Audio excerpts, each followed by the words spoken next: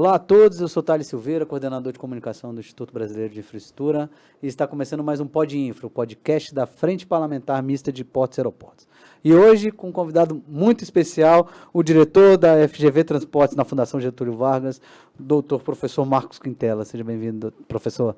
Obrigado, é uma honra estar aqui. Mário Povia, nosso professor, e que eu admiro bastante. Thales, obrigado aí pelo convite. Vai ser muito legal aí. Estou à disposição, pode começar a perguntar.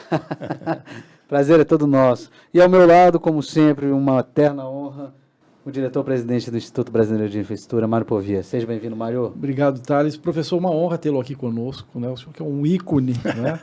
na área de transportes, e a FGV também, que é uma referência para nós todos, né? Então vai ser uma conversa muito boa. Muito obrigado por ter aceitado o nosso convite. Não, lógico que eu aceitarei sempre. Professor, nós sempre começamos aqui com os nossos convidados, querendo saber um pouco da vida deles. Então conta pra gente, quem é Marcos Quintela?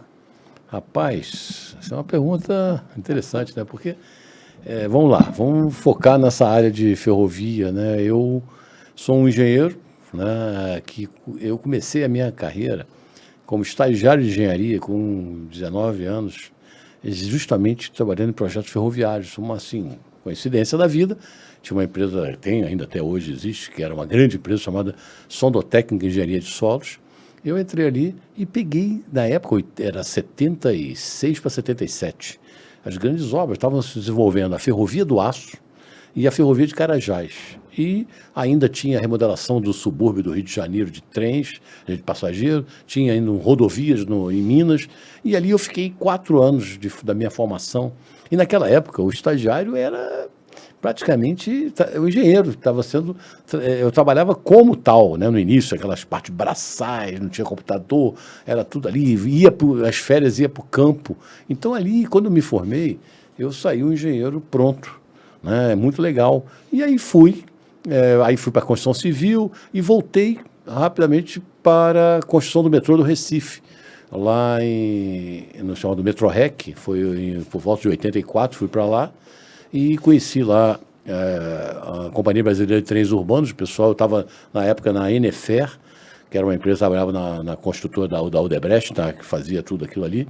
E aí eu consegui ir para a CBTU. Ali comecei a carreira no trem de passageiros na CBTU, que eu queria voltar para o Rio. E aí eu fui para o Rio de Janeiro e fui trabalhar na CBTU e fiquei lá muito tempo. Ali eu tive a oportunidade de fazer o mestrado em transporte no Instituto Militar de Engenharia.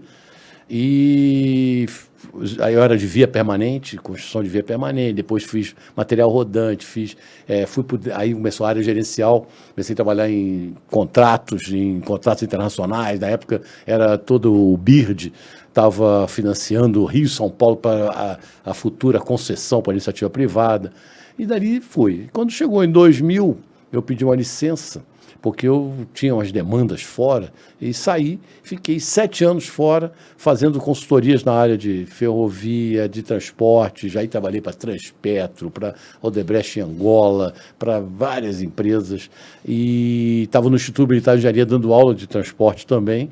Quando em 2007 me convidaram para voltar para a CBTU, assumir a diretoria técnica, diretoria de engenharia.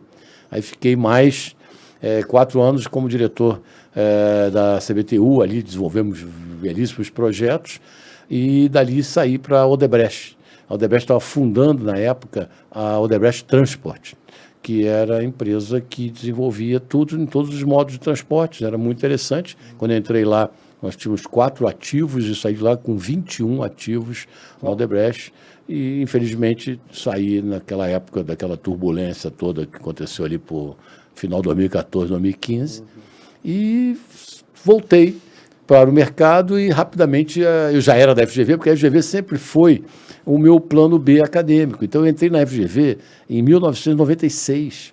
E tudo que eu te falei aqui agora, eu era professor da FGV, coordenava curso e tal. Quando chegou 2015, eu me dediquei mais à FGV. Em 2018, a FGV resolveu criar o Centro de Estudos em Transporte, Logística e Mobilidade Urbana. Aí eu fui chamado, nós estruturamos esse centro, que hoje está bem desenvolvido. Então, nesse tempo todo, você vê, eu tenho essa raiz ferroviária, sempre defendi muito isso. Então, lógico, eu sou engenheiro de transporte. Depois eu tive a oportunidade de fazer também o doutorado em engenharia de produção e voltar também na área ferroviária. Então, quer dizer, essa é a minha vida, né? Tem a vida acadêmica e a vida prática de ter exercido posições importantes ali na ferrovia e, logicamente, aprendendo muita coisa. Também rodoviária fiz muita coisa e agora eu estou encantado na área de transporte com a área portuária e aeroportuária, que eu tenho estudado muito e feito até produtos, trabalhos, artigos e aprendendo aqui com o Mário Povia.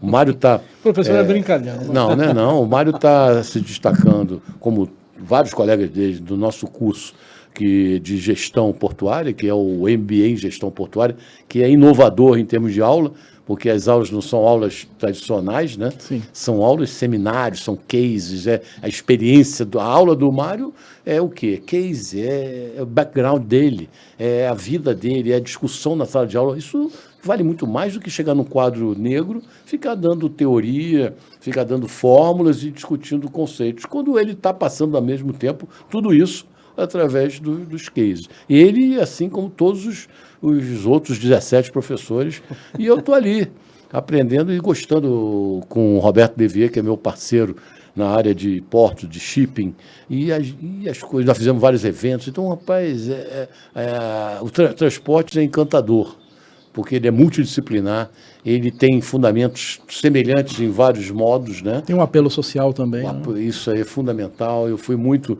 nessa linha. Quer dizer, agora estou lançando um livro. É para eu falar direto assim? Eu posso falar? Sim, fica à vontade. Estou lançando um livro agora chamado Mobilidade Urbana e Transporte Público, que tem 300 páginas, que é uma coletânea de tudo que eu fiz na minha carreira ali, desde que eu tinha, inclusive, também tinha um veio meio jornalístico, eu escrevia no Jornal do Brasil. Lembra do Jornal do Brasil? Sim. O Jornal do Brasil ele era papel, depois que ele se tornou online.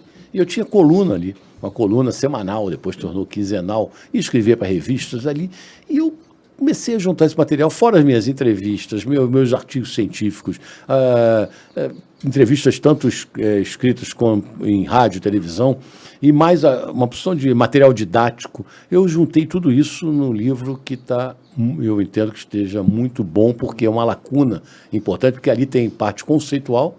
Eu chamei o livro que tem ali conceitos, análises, fatos e versões, e opiniões, que tem tudo ali. Então, é um livro que você pode ler de qualquer forma ali. Tem até a história do trem-bala, Rio-São Paulo, que Sim. eu estudei, fiz vários trabalhos. Então, eu vou lançar ele dia 25 de março. O primeiro lançamento vai ser em Brasília, lá na FGV Brasília, na L2 Norte, ali de 18 às 21 horas. Quem estiver assistindo está convidado para ir lá. Quem se inscrever, isso vai estar divulgado no LinkedIn, vai receber um exemplar somente presencialmente. Perfeito. E vai ter lá conversa comigo e autógrafo no livro. Então, esse sou eu, assim, resumidamente aí, que tenho essa parte acadêmica e a parte profissional trabalhando. Fantástico. O senhor falou muito aí da questão ferroviária, né? Também do Rio de Janeiro. Primeiro sobre o JB. O JB eu tenho uma experiência muito boa com eles, que eu fiz o meu estágio em jornalismo, em história, foi lá na FGV, não, no Jornal do Brasil, quando eu fiquei mexendo com os arquivos do jornal. Sensacional, uma experiência maravilhosa que eu guardo até hoje. E quanto a ferrovia, era até descendo no Rebouças, ali logo depois do Rebouças, passava ali pela Baía de Guanabara, coisa mais linda do mundo. Mas uma outra memória que eu tenho também, né, do Rio de Janeiro, não sei se o senhor lembra, era desse trem Rio-São Paulo. Né? Viajei muito, né? Eu lembro dele, eu tinha bem novo, 4, 5 anos de idade, e eu tenho essa memória de viajar com a minha tia nesse... Chegou a viajar nesse trem? Não cheguei. Eu me lembro do trem. O que aconteceu com o trem? É aquela história no mundo inteiro, trem de passageiros, seja de longa distância ou de suburbano ou urbano, como metrô, de trem, ele não sobrevive pela tarifa. Né? Então ele tem que ter subsídios. Né? O governo, na época, sempre foi federal ali, era a Rede Ferroviária Federal, e subsidiava o sistema. Só que ele não se mantinha com a tarifa e ele convivia nas linhas de carga. e a prioridade era carga. Então ele só trafegava à noite. Então ele tinha dois problemas. Ele tinha a janela dele de operação era à noite. Ele saía da estação, primeiro da Leopoldina, no Rio de Janeiro, depois da Dom Pedro. Ele saía 11 horas da noite em ponto, mas não tinha hora para chegar em São Paulo, na Estação da Luz. Por quê? Porque ele chegava muitas vezes no subúrbio de São Paulo, a prioridade ali já era da carga. O trem, não, o passageiro de São Paulo, do subúrbio de São Paulo, para ele entrar... O metropolitano. O metropolitano. Então, muitas vezes, ele não chegava, ele tinha que chegar às 8 horas da manhã na Estação da Luz, em São Paulo. E saía, ao mesmo tempo, outro trem saía às 11 horas para chegar às 8 horas da manhã lá no Rio de Janeiro. E muitas vezes a gente não chegava de 10, 11 horas da manhã. Entendeu? Então era interessante. E ele era mais romântico do que propriamente um trem de business, porque o cara que tinha um compromisso em São Paulo, ele até arriscava, porque ele não pagava hotel, ele saía às 11 horas da noite, é confortabilíssimo o trem, ar-condicionado, maravilha, você dormia maravilhosamente bem. E eu fui uma época, entre aspas, a gente era obrigado. Eu trabalhava na CBTU, e para você ir a São Paulo, a gente ia muito a São Paulo, que tinha a Superintendência de Trens Urbanos de São Paulo, que é a atual CPTM. E naquela época, para ir para São Paulo, a empresa falou assim, não, isso aqui é uma empresa de trem, eu tenho trem. A época, a CBTU era subsidiária da Rede Ferroviária Federal. Não vai de avião, vai de trem. Sim. E tá bom. Que beleza. Chegava, saía ali 11 horas da noite, falava, ó, se marcar uma reunião 9 horas da manhã aí em São Paulo, eu não garanto que eu vou Pode ser que eu não chegue. Professor, deixa eu só perguntar, Claro, cara, por favor. E essa especialização sua na parte ferroviária, ela estava mais voltada para a movimentação de passageiros, mais movimentada para cargas ou ambos? Lá no IME, no Instituto Militar de Engenharia, quando eu fiz a formação mais específica, né, na engenharia civil, eu sou engenheiro civil de origem, aí era geral, né? Quando eu fui estudar isso, eu já tinha alguns anos de aprendizado na própria CBTU e rede ferroviária, porque a CBTU era subsidiária da rede, depois que ela se desvencilhou ali da rede. E ali, quando eu cheguei, eu comecei com carga. Mas eu não podia. Aliás, eu comecei com passageiro, mas eu não podia, por quê? Porque o IME, na época, tinha uma linha de pesquisa na área de carga. Tá. E não tinha parte de passageiro. Aí eu comecei a desenvolver trabalhos. Aí o primeiro trabalho que eu comecei a fazer foi em 89, 87, 88 para 89, quando eu fiz acabei o mestrado, na erradicação de linhas. Estava uma onda de erradicação de linhas, isso era bem antes ainda das concessões de 96. Sim. E ali eu comecei a trabalhar com a rede e aprendendo muita coisa na área de cargas, né? Então ali a gente começou e comecei paralelamente de passageiro, depois que eu me dediquei mais a passageiro, você tinha ainda convívios com a carga, você tinha que estudar a área de carga, então...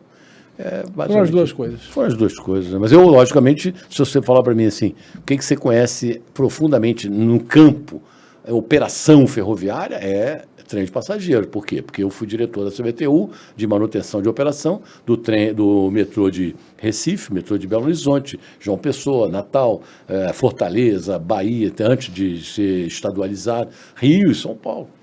Porque o Rio era uma superintendência de trens, antes de ser supervia, era federal. Entendeu? Depois passou para o Estado e depois que foi concedida para a iniciativa privada. Né? A CPTM já ficou basicamente no Estado até agora que começa a conceder algumas linhas. Né? Perfeito, perfeito. O senhor falou aí sobre esse sistema ferroviário que a carga puxa e depois o passageiro vem. Né? Não, a gente, dentro de um trem, de uma linha... que se opera e é superavitária, né?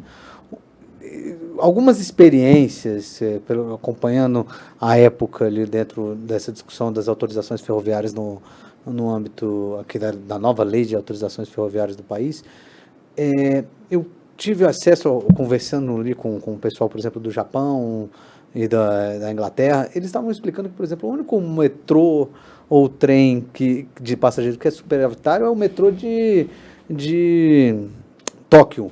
Os outros, eles são deficitários, mas você acaba ganhando na escala da economia do país, porque você consegue distribuir as pessoas conseguem ter uma mobilidade mais rápida.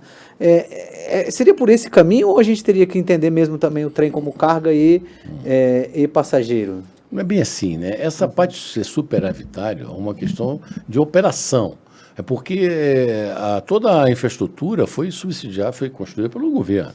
É igual você fala assim, o metrô do Rio de Janeiro, ele se sustenta com a tarifa? Sim, mas ele foi concedido com operação. Quem construiu não foi o privado, né? Então ele foi concedido à iniciativa privada e ele... Após a infraestrutura estar montada, né? Sim. Ele não arcou com o CAPEX. Né? Não, no CAPEX dele foi menor depois, para comprar alguma parte de material rodante. Tanto que hoje há um questionamento muito grande, porque se fala, o metrô do Rio tem a tarifa mais cara do Brasil, que está lá a 7,60, senão é 7,90. Só que é o seguinte, ele vive da tarifa, ele não tem subsídio, ele tem um subsídio muito pequeno, uma tarifa social, que corresponde a 17% da sua receita, mas ele sobrevive da tarifa. E isso, muitas vezes, lógico, não fecha a conta de investimentos. Né? Então, na verdade, esse negócio de ser superavitário, dificilmente você olhando uma linha, ela é 100% superavitária. Não tem. Algumas coisas podem ser consideradas, tá? Mas no âmbito geral você tem o subsídio de capital, o subsídio operacional e o subsídio tarifário. Né? E nenhum sistema no mundo de passageiros vai sobreviver simplesmente pela tarifa, até porque a tarifa seria muito alta. Agora, Quintela, a gente tem alternado, né, entre alguns modelos de concessão. Né? Classicamente, a gente teve aí a Valec construindo aí, ferrovias, né, e depois isso foi colocado em concessão na parte de operação, mas nós tivemos outras concessões que ficaram a cargo do concessionário, em grande medida, o próprio investimento, ao menos de expansão ou de interligação desses trechos maiores, né? Você consegue enxergar um modelo ideal, não é? E aqui estou falando praticamente de cargas, passageiros é um universo à parte, né? Você consegue enxergar um modelo ideal, uma concessão pura, uma PPP, ou o Estado investindo mesmo e fazendo a concessão da operação? O que você enxerga como modelo ideal para o caso brasileiro? Vamos dividir isso aí. Mas antes, só concluir uma coisa que o Thales me perguntou ali, passageiro e carga não podem conviver. Só em condições muito específicas, hoje como tem aquela trem de passageiro lá da Vale, que trabalha em janelas específicas, entendeu? Mas tem características operacionais. Inclusive com o mesmo operador, né? Até por conta disso. Né? Então é difícil, né? Agora, em termos aí de que você está falando de modelo, a história é sempre aquela assim, o dinheiro público ele é fundamental na hora que você faz qualquer tipo de infraestrutura de transporte, seja ferrovia, rodovia, na hora do pioneirismo. Uma rodovia, uma ferrovia pioneira ou desenvolvimentista, né, estruturadora. Os corredores, grandes corredores. Isso é dinheiro público. Não tem nenhum lugar do mundo onde isso aí o privado vai construir. É igual você fala assim, o privado vai hoje fazer o papel do governo, ele vai construir a Ferrogrão, 100% não fecha a conta, tanto que a Ferrogrão é uma situação que não vai ter 100% de dinheiro público ali. Ou então eu vou levar a ferrovia até o norte do país, né? Você vê, se você olhar ali o país para a esquerda, ali, mais ou menos do Tratado de Tordesilhas para a esquerda, então não tem ferrovia praticamente, né? Então você vai fazer, olha, vou construir 1.000 quilômetros para levar até Porto Velho, para levar não sei onde. Olha, isso aí é papel do Estado. O Estado estrutura isso. Aí depois ele pode conceder se realmente for um projeto bom. O privado, ele só entra em projetos bons, né? que comprovadamente tem a demanda, que comprovadamente deu o resultado dele. A PPP é um sistema importante, como está, por exemplo, a primeira PPP plena metro ferroviária do Brasil, hoje na linha 6 do metrô de São Paulo. Eu tive a oportunidade de participar da estruturação dela desde o zero, na época da Odebrecht. Ali, as pessoas interpretam muito mal PPP. O cara fala assim, parceria público-privada. Parece que é parceria no sentido de ser parceiro. Tem parceria. Parceria é dinheiro público e dinheiro privado. Então, e hoje a lei permite o dinheiro privado entrar na largada também, na construção, no CAPEX ali do inicial. Então, entra o dinheiro público e privado. Constrói-se, começa a operar, a tarifa ela não sustenta o sistema. Aí vem a contraprestação pecuniária, que é o quê? Dinheiro público. É como se fosse um subsídio para retornar o capital investido, dar o lucro, né, e remunerar o capital investido e sustentar o sistema. Então, ali é dinheiro público também. Então, aí tem que ter fundo garantidor, tem que ter tudo isso que o Estado muitas vezes não tem. Então, muitas vezes não se consegue fazer a PPP. né? E não se tem capacidade financeira hoje no país, não há superávit primário para investimentos de grande porte no país para se fazer nem rodovia nem ferrovia. Então, qual é o modelo ideal? Logicamente, o modelo ideal é aquele que eu pudesse construir toda uma infraestrutura de transporte no país com dinheiro público, segundo um planejamento sistêmico de transporte, integrado, que não é outra coisa que nós ainda estamos devendo muito, é integração, né, física e tarifária, integração com outros modos de transporte, né, e que pudesse ser sustentável. Aí você pergunta assim, tá bom, e como é que vai acontecer? Quando vai acontecer isso? É só você olhar os estudos dos economistas, muitos deles levantam, que falam o seguinte, olha, para o Brasil atingir um nível de logística da sua magnitude, da sua potencialidade, teria que investir em torno de 4 a 4,5% do PIB ininterruptamente por 25 anos. Ora, se você pegar os números aí, você não chega a 1% do PIB em infraestrutura. Infraestrutura, quando se investe em infraestrutura. Infraestrutura é transporte, energia, saneamento, né? Então, se pegar só transporte, é 0,32%, 0,40% do PIB em transporte. Quem investe no Brasil hoje é a iniciativa privada. Tá? Então, hoje, por exemplo, todo o plano de governo agora, esse no último aí que está lançando 20 bilhões de reais em ferrovia. 20 milhões de ferrovias é nada. 20 bilhões são 20 quilômetros de metrô. Você tem uma ideia, se você considerar que é 1 bilhão de reais por quilômetro no metrô de São Paulo, ali, baseado ali. Então, você fala assim, 20 bilhões de investimento o quê? Privado. Né? Então, o dinheiro público ele ainda é escasso. Hoje, o dinheiro público que está entrando, com a FIOL, com a FICO ali, é subsídio cruzado, né? O Torga que vem, investe. Quer dizer, então, nós estamos devendo muito ainda. Eu sempre brinco o seguinte, se vier uma nave espacial do planeta tal, com 100 bilhões de reais, e colocar em cima da mesa, assim, isso aqui é para construir ferrovia. Nós não conseguimos ainda. Vamos esperar ainda 2 anos, por quê? Porque eu tenho que desenvolver projetos, me estruturar, ver toda a burocracia ambiental, legal, licitatória, tudo para botar esses... Eu não consigo imediatamente pegar... Então, você imagina o que é estruturar um país para gastar 4,5% do PIB ininterruptamente durante 25 anos, você teria que estar preparado de uma forma, né, contínua, ter projetos, cronogramas, próprio planejamento, né? Continuidade, todo o planejamento apolítico e apartidário, né, que mudasse governos, as situações permanecessem. Então, nós estamos ainda muito longe desse ideal que você está falando. Entendeu? É louvável ver o governo se preocupar com ferrovia? Certamente. Eu sou o maior incentivador disso, mas vamos ver como isso vai ser realizado. Perfeito.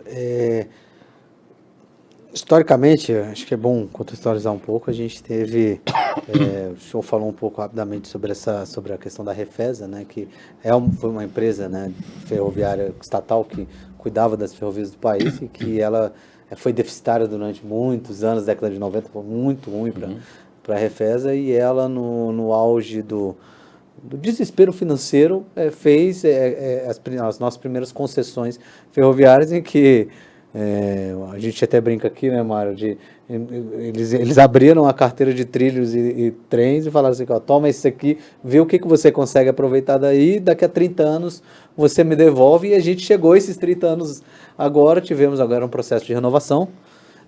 Como é que você viu essas devoluções, esses processos como um todo? É óbvio que a gente poderia melhorar, mas para os próximos, né, talvez próximas renovações, as novas ou próximas concessões, como é que você vê esse cenário? Como é que a gente poderia trazer melhorias? Você vê, quando começou isso... Na verdade, a Rede Ferroviária Federal, se você pegar a história dela, ela é uma união, era uma estatização. Né? Em 1957, se reuniu todas as empresas privadas da época e se montou a Rede Ferroviária Federal, que teve lá todo o seu glamour, né? Toda aquela grande potencialidade, né?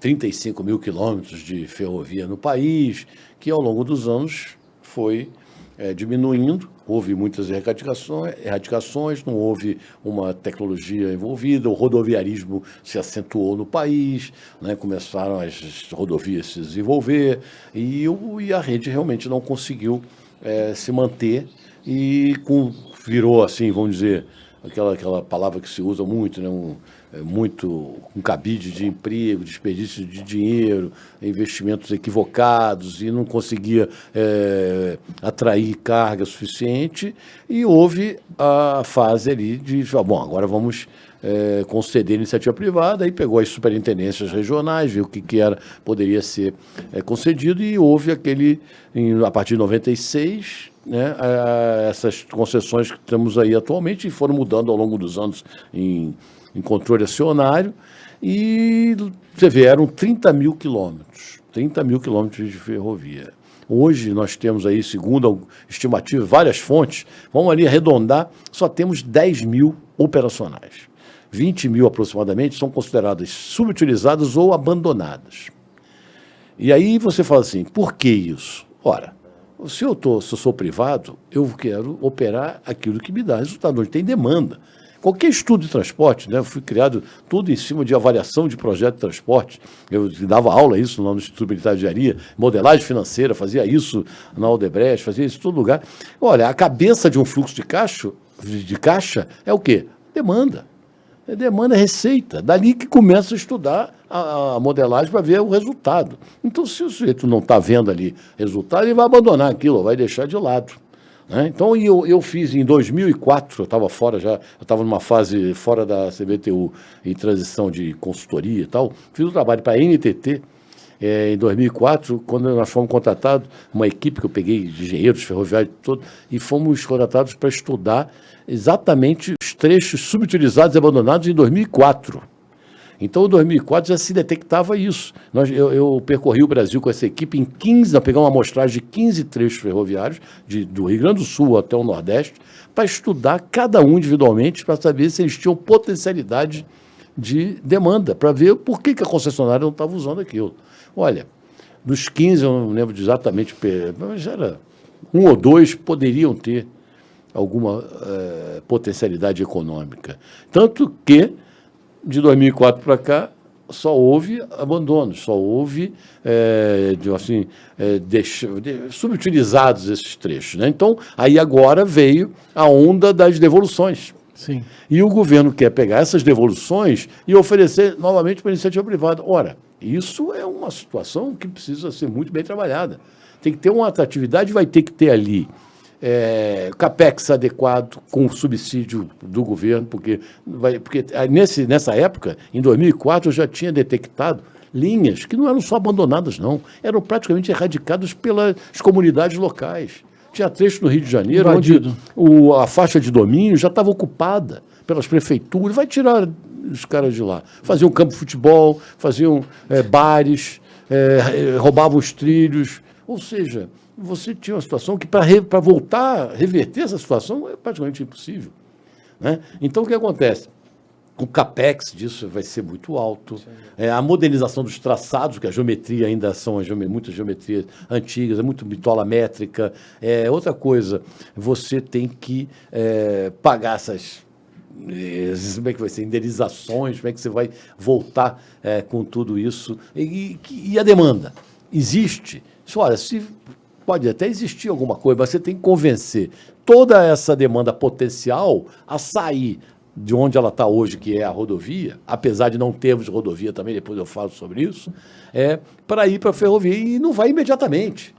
Para eu trazer essa carga para a ferrovia novamente, eu tenho um tempo, vai ter um ramp-up, vai ter... Por quê? Porque eu vou ter que mostrar que a ferrovia, a velocidade comercial dela está adequada, se eu vou ter disponibilidade, se a minha carga vai ser entregue. Porque ferrovia, transporte é tempo e serviço. Uhum. É aquela história que o cara chega e fala assim, olha aqui, eu tenho uma produção, eu vou levar até o porto. Aí eu, tá bom, tem ferrovia aí, vamos tentar. Aí o cara vai lá, olha, quanto tempo que eu levo? Pego meu caminhão, levo até um centro de distribuição, de transbordo, aí eu vou ficar esperando a janela da concessionária, a velocidade média é 15 km por hora, mas a prioridade é minério, e depois eu tenho que chegar no porto, eu vou ficar esperando lá, não sei o que, eu vou de caminhão. Por quê? Porque o custo do frete pode ser mais caro, mas não é o custo da carga chegar ao porto, é o custo sistêmico. Sim. É o tempo. Quanto custa isso para o cliente? O cliente não quer saber desse negócio, o cliente quer a carga dele. Então, essa história vai ser que tem uma reconquista, ou uma conquista da carga para a ferrovia voltar a atuar. Hoje, 72% da carga que roda nas ferrovias é minério. Então, desses 30 mil, 10 mil são operacionais, nos 10 mil, 72% é minério. Você vê, combustível é peanuts. Agronegócio é muito pequeno, 13% dali daquela carga. E onde é que está tudo isso? Na rodovia. Aí vem o pior. A gente fala sempre o pior. Olha, um país que é rodoviarista, todo o PIB brasileiro praticamente, hoje estima-se aí na matriz de carga que 65%, alguns 70% de que se transporta no país é por rodovia, sendo que eu só tenho 14% da malha brasileira rodoviária pavimentada. E nesses 14%, você vai na CNT todo ano faz aquela pesquisa, 67% dessa malha está em estado péssimo, ruim ou regular. E mesmo muitas concedidas, concessionárias, estão com estado ruim. A própria Dutra tem problemas seríssimos. Quer dizer, então você fala assim, peraí. Custo do Brasil na veia. Aí o que significa isso na rodovia? Acidentes, emissões, péssima eficiência energética, acidentes demais, porque as condições das vias, depreciação dos veículos, altos custos operacionais, né? Emissões, como eu falei, muito grandes, tempo de viagem cada vez maior pelos acidentes, mortes, perdas de vidas humanas. Quer dizer, então, assim, peraí, então é um paradoxo esse negócio. Tá, então vamos transportar por ferrovia, mas eu não tenho ferrovia. Então, como é que é? E aí, pior ainda se falar em hidrovia, né? Porque eu não tenho hidrovia também. Eu só tenho rios navegáveis mal explorados, não tem integração. Quer dizer, então nós estamos numa visão sistêmica que precisa ser mudada a mentalidade do país para isso. O senhor está falando de uma ausência de planejamento. Planejamento de longo prazo, de forma que, aí eu volto à palavra que eu gosto de usar, apolítico e apartidário. Tecnicamente, eminentemente técnico. Isso vai acontecer. Olha, eu às vezes fico triste de ter que falar isso, porque parece que é só crítica. Não estou criticando. Eu estou dando um diagnóstico. Uma constatação. Né? Contra fatos não há argumento. Eu estou falando sobre o que a gente vê no país. Qualquer outra coisa que se fala, aí vai no caso das autorizatárias aí, que o novo marco legal, um avanço muito legal. Mas aí nós vamos entrar em outro ponto nas ferrovias, que a gente discute o tempo todo. Vou discutir agora até num evento. Eu faço parte, eu sou coordenador do Comitê de Regulação Ferroviária da FGV Direito Rio. E ali se discute regulação. Um dos pontos que vai ser discutido agora em março, dia 24 de março, aqui em Brasília, nós vamos falar sobre interoperabilidade, direito de passagem e tráfego mútuo. Isso é uma situação muito discutida na regulação brasileira. E, na prática, há controvérsias, as concessionárias dizem que existe, mas não existe, mais ou menos, ou seja, você tem as prioridades das concessionárias, que eu entendo, mas você tem que ter. Agora saiu uma resolução interessante, uniformizando como é que vai ser a característica das locomotivas para elas poderem entrar dentro das malhas. Resumindo a história, é o seguinte, olha, eu tenho um novo marco legal, quero fazer um ramal, como agora uma empresa aí, a Arauto, vai fazer. Ela tem lá o centro produtivo dela, ela vai construir 50 quilômetros de ramal para entrar numa rodovia troncal. Né? Pode ser numa norte-sul, pode ser qualquer uma. Quando ele entra ali, até então, dentro dos 50 quilômetros dele, ele é autorregulado. Né? Porque tem novo marco legal, ele tem todas as suas... Só que ele tem que entrar ali para chegar no Porto de Santos. Ele tem que entrar na malha da Rumo. Exato. Para ele entrar ali, tem que ter um acordo operacional ali. Como é que ele vai entrar, qual é a janela de tempo, qual é o custo disso, como é que a regulação vai fazer ele ter esse direito e para ele chegar ao Porto de Santos. Quanto vai custar isso para ele? Então, ele tem que ter o investimento, a planilha, a matriz dele de risco tem que contemplar isso, tem que precificar isso na sua modelagem financeira. Então, ele tem que estar muito bem acordado para ver se investimento vai dar certo. Parte da receita dele vai ficar aí nesse acesso. Né? Então, esse acesso tem que estar muito bem estruturado em termos operacionais, mercadológicos. Apesar de que foi um grande avanço, né? Já ter esse acordo para a criação da FIPS, né? Ou seja, antigamente a gente Mas a pode falar Philips é outra era história, pior, né? Porque é dentro do Porto de Santos, Sim, né? tem um Então, last mas, aí, mile, né? mas esse last mile era muito caro, né? É, agora tem um Inclusive, acordão muitas lá, vezes bom. a carga era embargada, porque o outro que Agora- tinha realmente direito não deixava, Mas eu deixava acho tudo que nós preparado estamos para ele, num né? processo evolutivo aí do negócio, né? Hoje que as concessionárias, nós vivemos um oligopólio, né? São poucas dominando esse mercado, que também não adianta, aquilo ali não é rodovia. Então não adianta falar que vai ser livre iniciativa, 1.000 competidores, 1.000 operadores. Não existe, não tem como. Nos Estados Unidos, que já é mais pulverizado, você tem lá 6 linhas troncais, né? Você tem as short lines, tem as regionais, tem classe 1, classe 2, classe 3, tem os acordos, então a interoperabilidade lá funciona de uma outra maneira, só que eles estão pelejando isso desde a década de 80. E já tem uma outra situação. Então, eu não gosto de comparações. Esse negócio de comparar não é... Nós temos que resolver o nosso problema aqui. E um dos nossos problemas regulatórios, que eu entendo, é esse direito de passagem de tráfego mútuo, que é fundamental. Entendo a posição das concessionárias, certamente, mas eu também tenho que ver o seguinte, espera aí, a lei hoje existe essa autorização. Está parada desde 2021, agora que a primeira que vai começar a ser operacional, lá em Mato Grosso o próprio Estado está fazendo, mas aí ali é mais ou menos, entra na mesma concessionária, vamos ver como é que funciona isso, porque eu sou empreendedor, vou levar em consideração tudo isso para investir num ramal ferroviário. Verdade. Eu vejo o senhor meio cético com relação ao regime autorizativo puro. Acho que é difícil viabilidade. Eu acho, Mário. Você viveu isso de regulação, você sabe o problema que é, né? Tem as semelhanças lá na ANTAC, como vai ter na NTT, as TUP. Então, quer dizer, é uma situação que eu acho que, como a NTT ela é muito bem desenvolvida, tem uma mentalidade muito importante, todo mundo ali trabalha em prol disso, até o novo diretor-geral que entrou tem uma cabeça muito aberta para isso, o Guilherme Sampaio, conversei com ele até deu uma entrevista agora para nós, aí nós temos uma revista lá na FGV Transporte, que é a Revista Brasileira de Transporte, que é uma revista bilíngue, científica, que sempre, em toda a edição dela, são 2 por ano, tem uma entrevista. E a gente coloca lá, a número 1 foi até na época o Tarcísio, governador de São Paulo, que era o ministro da Infraestrutura, foi o número 1 há 5 anos, que já tem essa revista. Né? Então, ele se mostrou muito, até me surpreendeu muito o Guilherme, no conhecimento que ele já está do setor dele ali. Então, ele já vinha estudando, mas é um garoto novo. Sim. E está muito bem intencionado e eu gostei muito de conversar com ele, a equipe dele é muito boa também. Sim. A ITT também já está bem, né? Já são 20 anos aí, 20 e poucos anos, né? A mesma lei da ANTAC, né? Já cria uma expertise. Agora, professor, o senhor falou aí dos 30 mil quilômetros, não é isso? Isso. De ferrovias e 10 mil... Nominais, né? 30 mil. E vamos dizer que nós temos 20 mil... vamos dizer, com um carimbo, com uma, aspas, classificação de antieconômico. Né? Os 10 mil vai bem obrigado, né? Já bem andados, com investimentos aí em material rodante, batendo recordes de movimentação, ok.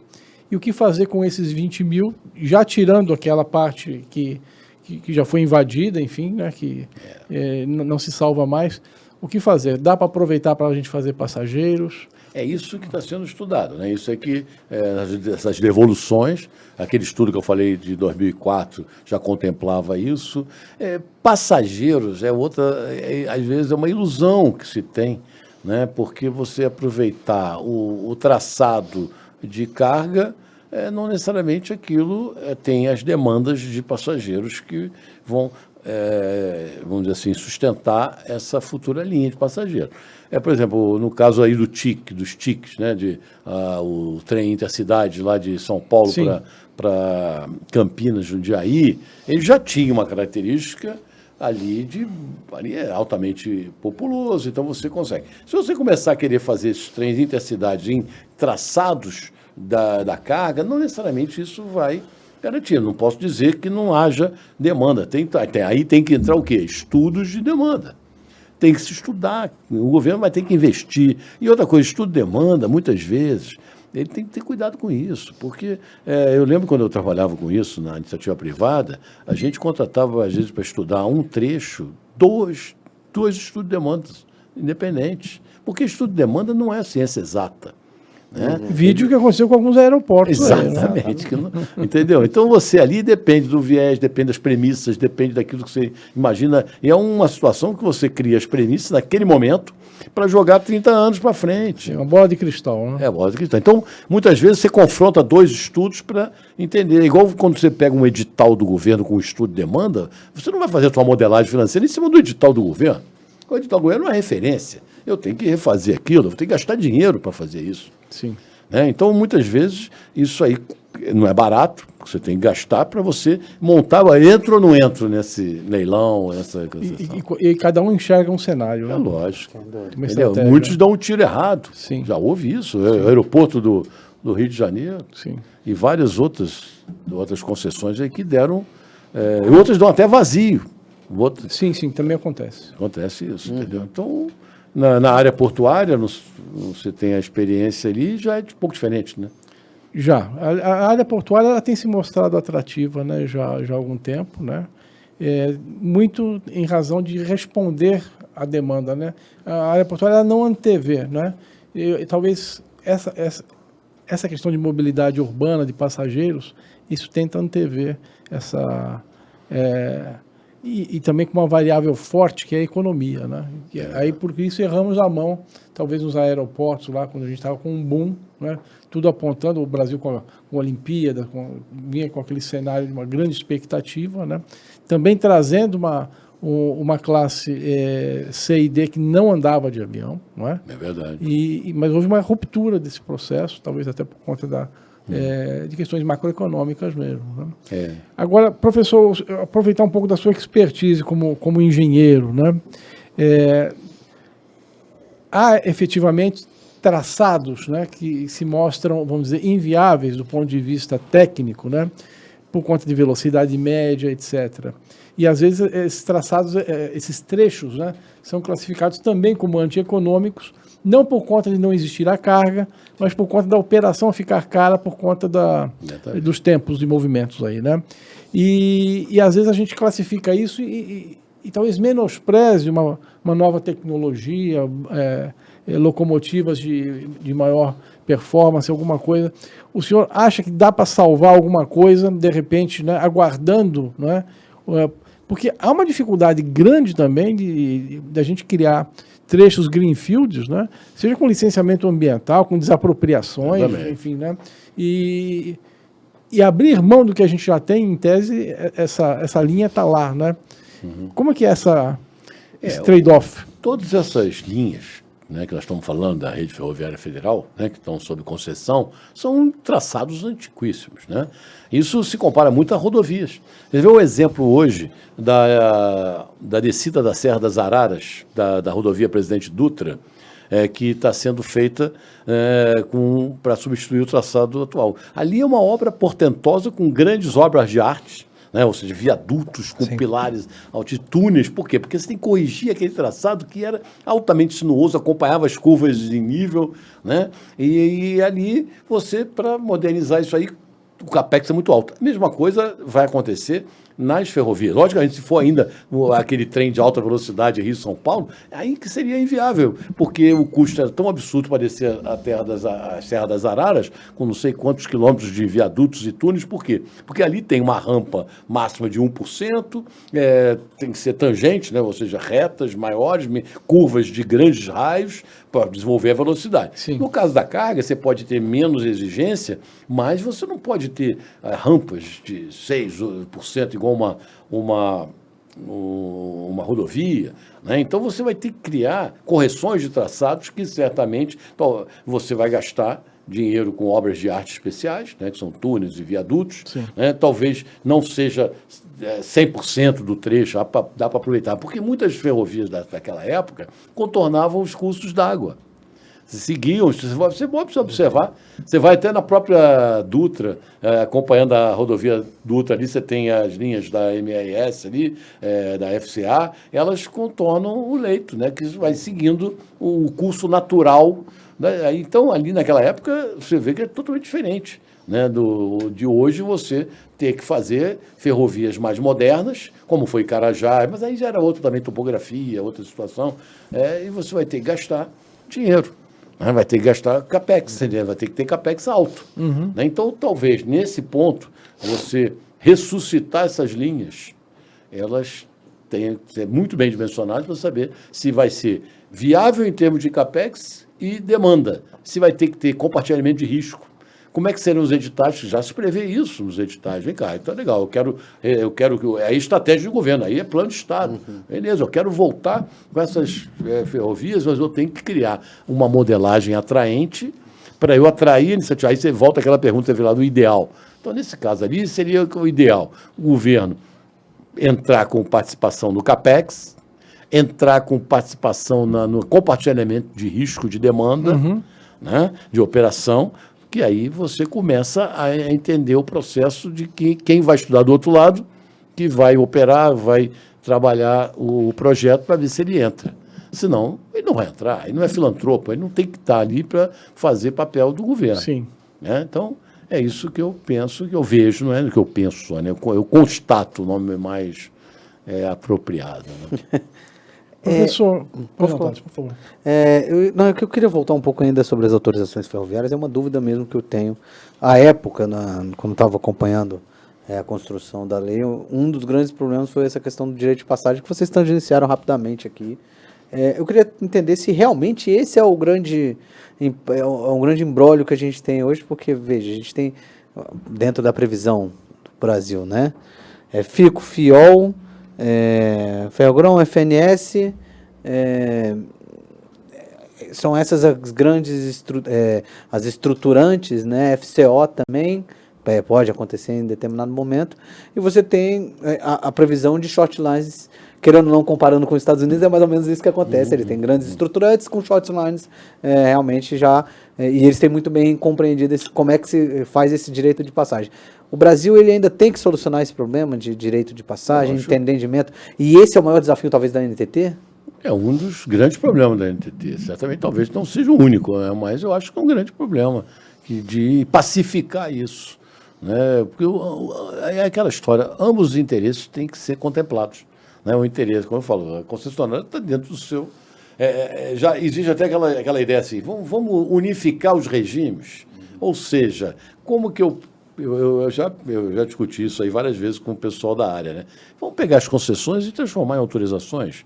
Aí tem uma complexidade regulatória, jurídica. Sim, né? O regime jurídico é outro. Né? Exatamente. Como é que eu faço isso? Até porque as concessões atuais, elas não são só concessões, são também arrendamentos.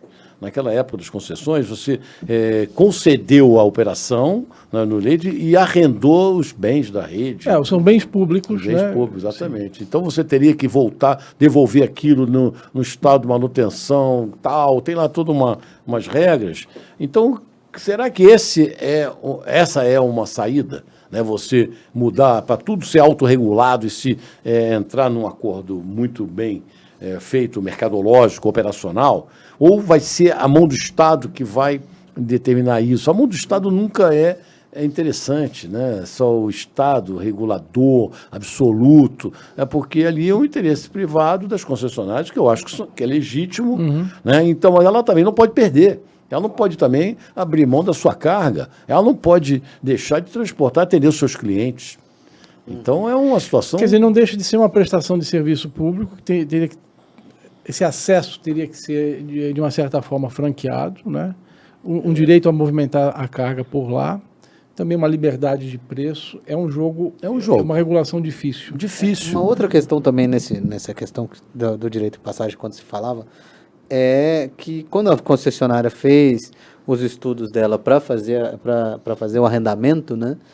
Essa lei não existia. Então, a partir de agora, com essas novas short lines entrando, eles provavelmente vão entrar com pedidos de reequilíbrio dos contratos de concessão, né? Então, também já uma discussão, ou seja, a gente vai ter mais custos, né? E, de certa forma, faz um certo sentido, né? Realmente, essas concessionárias não tinham colocado na equação, elas tinham colocado no monopólio delas. De repente, elas não têm mais, né? Elas têm que avaliar, né? As concessionárias devem estar fazendo isso, logicamente, quanto custa para elas operar a carga dos outros no tráfego mútuo, quanto custa para elas deixar alguém entrar nas suas linhas, quanto que isso vai impactar nos seus clientes. É uma equação difícil, concorda? Sim. Se eu estivesse ali do lado do concessionário, eu estaria preocupado também.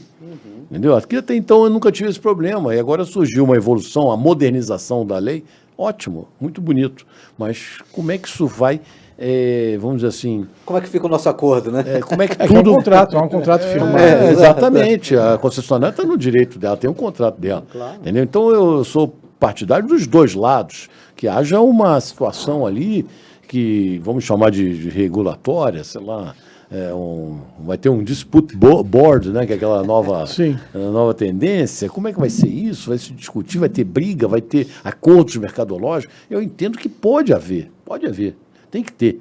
Porque agora é o seguinte, é difícil para o autorizatário investir, porque são bilhões, né? Sim. O cara vai gastar agora 2,5 bilhões para fazer um trecho pequeno. Olha, 2,5 bilhões para recuperar isso aí.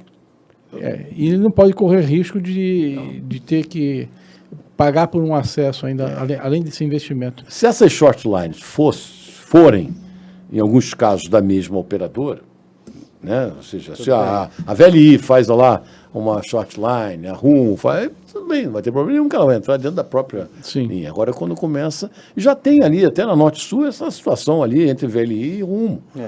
Se eu não me engano, por exemplo, tem a questão também do Porto do Açu, né? Que ele também não faz porque ele fica meio preocupado, né? Com né? Então, porque ele vai fazer uma short line e aí ele vai ligar com aquela Vitória Minas, se eu não me engano.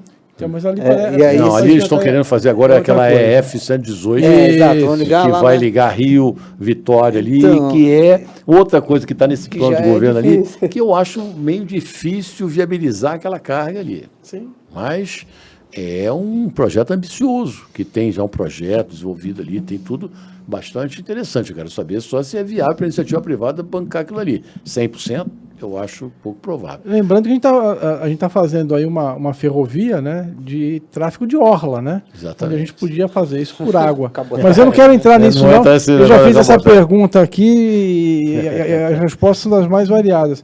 Professor, eu queria entrar agora na questão bioceânica, o acesso do Brasil ao Pacífico. A gente vai conseguir chegar lá por estrada de ferro? O que o senhor acha?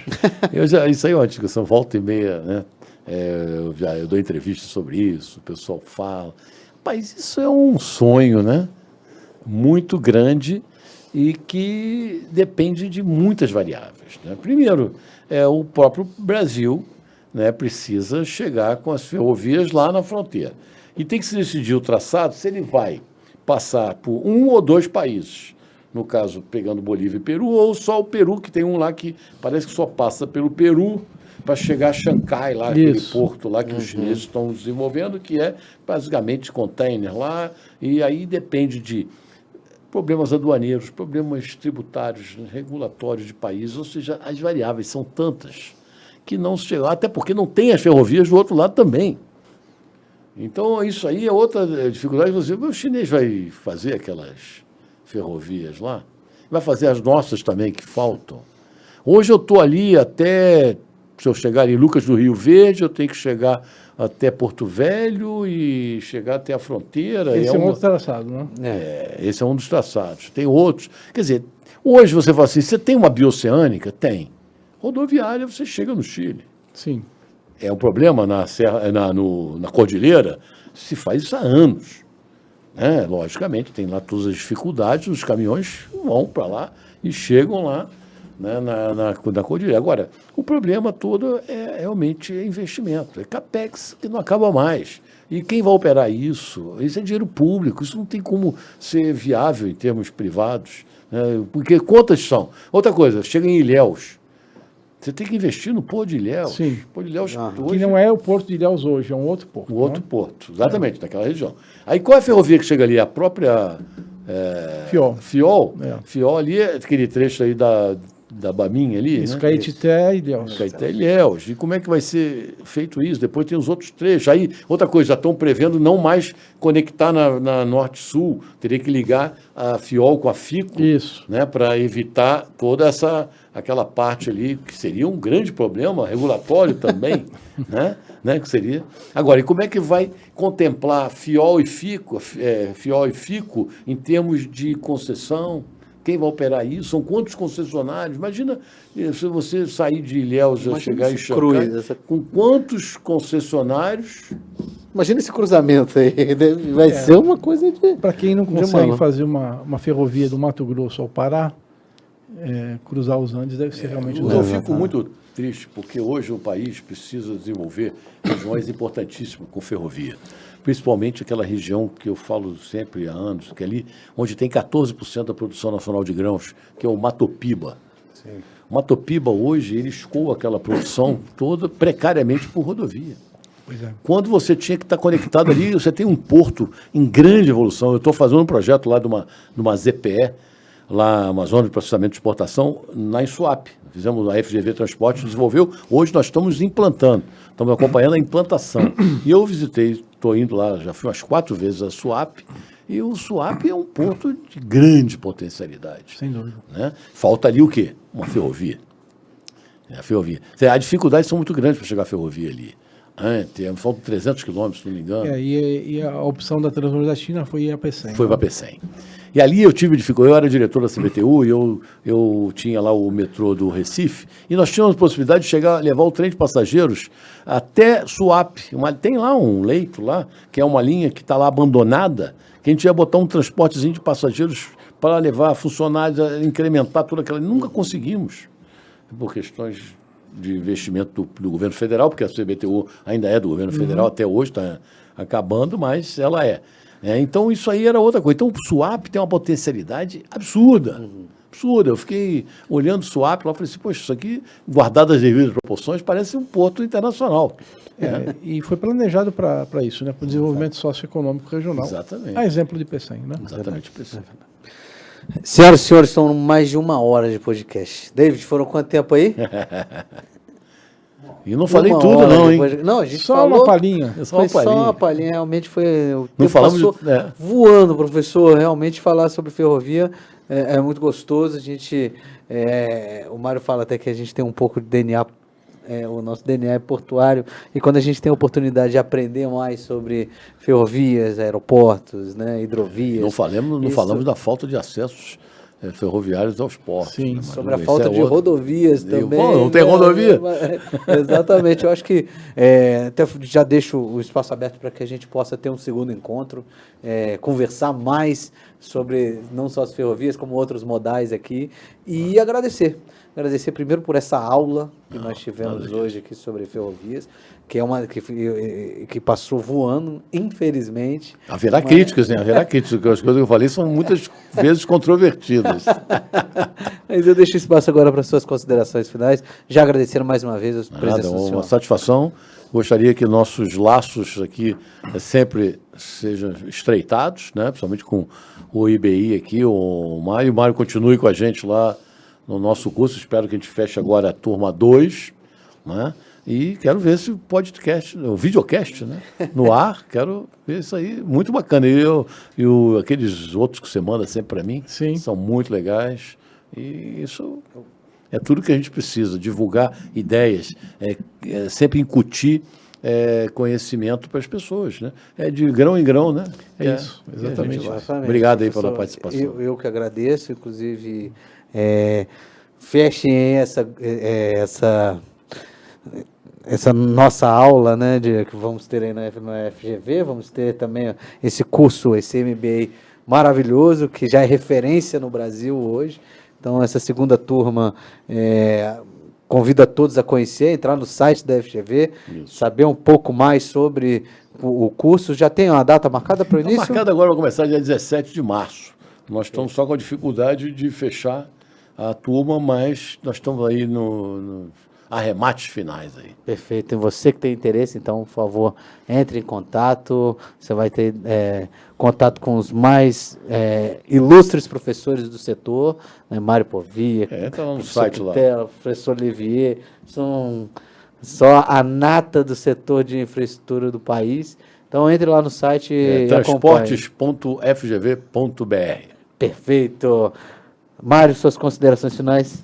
Só para agradecer, Quintela. Muito bom tê-lo aqui. Obrigado. Como o Thales disse, uma verdadeira aula aqui para a gente. Não, E vamos ter que remarcar, porque ficaram aqui, acho que uns 5 ou 6 pontos. Só de ferrovia, hein? Não falamos nem de transporte metroferroviário. Nem falamos de multimodalidade, não falamos do leste maio das ferrovias para os portos, não falamos de um monte de coisa de licenciamento ambiental. Nossa. Mas, enfim, vamos deixar para um próximo momento, mas te agradecer muito.